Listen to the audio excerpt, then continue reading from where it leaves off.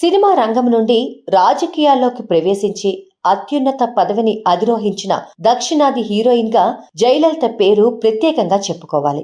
అయితే జయలలిత రాజకీయాల్లోకి సీఎం అవ్వాలనే ఉద్దేశంతో ప్రవేశించలేదు. ఎంజీఆర్ అనుయాయురాలిగా రాజకీయాల్లోకి అడుగుపెట్టిన జయలలిత తీవ్రమైన పరిస్థితులను ఎదుర్కొంటూ పట్టుదలతో పోరాడి చివరికి తమిళనాడు ముఖ్యమంత్రిగా నిలిచారు. ఆమెకు ముందు ఆమె తర్వాత కూడా ముఖ్యమంత్రి పదవిని పొందగలిగే స్థాయిలో ఏ హీరోయిన్ ఆ దిశగా ఆలోచించలేదు.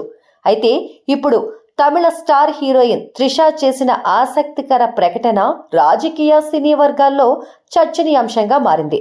త్రిష తనకు రాజకీయాల్లోకి రావాలనే ఆసక్తి ఉందని, తన జీవిత లక్ష్యం తమిళనాడు ముఖ్యమంత్రి అవ్వడం అని ప్రకటించి ఆశ్చర్యం కలిగించింది. ప్రజాసేవతో పాటు సామాజిక మార్పులు రాజకీయాల ద్వారానే సాధ్యమని ఆమె అభిప్రాయపడింది. త్రిష తన 20 ఏళ్ల సినిమా కెరీర్ ను ఇటీవల పూర్తి చేసుకుంది. కొన్నేళ్ల క్రితం వ్యక్తిగత జీవితంలో స్థిరపడాలనుకున్న ఆమె వరుణ్ మనియంతో నిశ్చితార్థం రద్దయిన తర్వాత మళ్లీ సినిమాల్లో తన కెరీర్ ను కొనసాగించింది. ప్రస్తుతం 40 ఏళ్లు దాటినా వరుస ప్రాజెక్టులతో ఆమె కెరీర్ లో కొనసాగుతోంది. కానీ ఇప్పటి వరకు త్రిష రాజకీయాల గురించి మాట్లాడిన సందర్భాలు చాలా తక్కువ.